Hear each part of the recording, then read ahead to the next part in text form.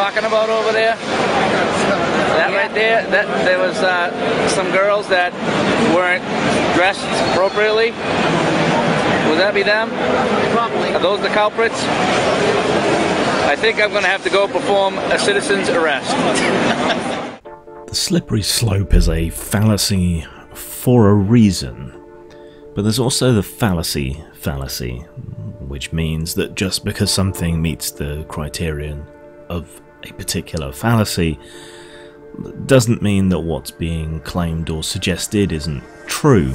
Now, that short clip I opened with was from 2011 and the Duke Nukem Booth Babe fuss that ended up getting Booth Babes banned from PAX, a contagion that soon spread to other conventions and other shows, at least Western ones.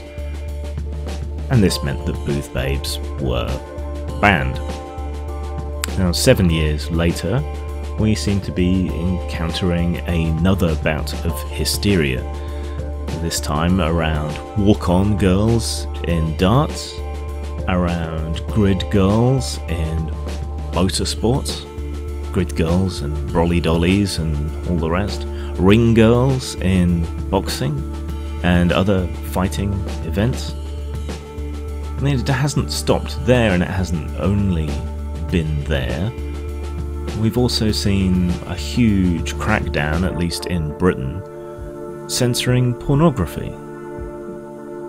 Now, who has been worst affected in each of these cases, driven in no small part by this evangelical, puritanical, sex-negative wing of feminism? Who has this hurt? Who has been most harmed and most damaged by what they have done? Well, it's women. It's the models. In the case of pornography, it's the female producers, often niche, queer, kink producers in particular have been affected by what has happened. All they've managed to do is to put a bunch of women out of work. Out of work of something that they choose to do. Out of work at something that they consent to and that their employers consent to.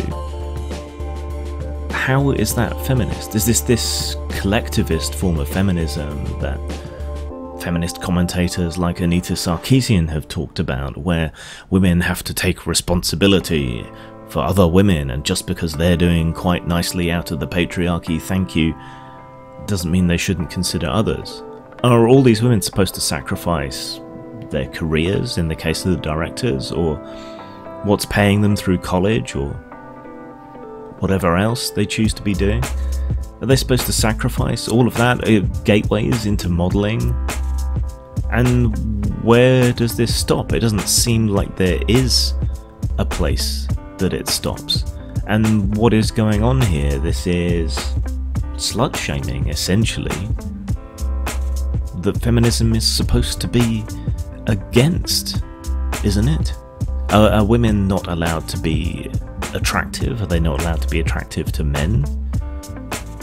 Is that what it is now? Are they not allowed to use their talents to, frankly, exploit men?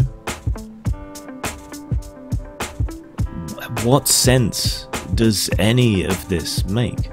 What business is it of ours, of yours, of anyone's, what someone chooses to do with their looks or their talents or their body in any way whatsoever if it doesn't affect us, if it's consensual, if it's between them and whoever is paying them to do it? What business is it of any of ours?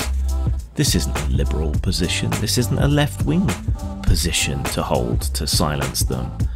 It's regressive and puritanical. You have become what you claim to hate.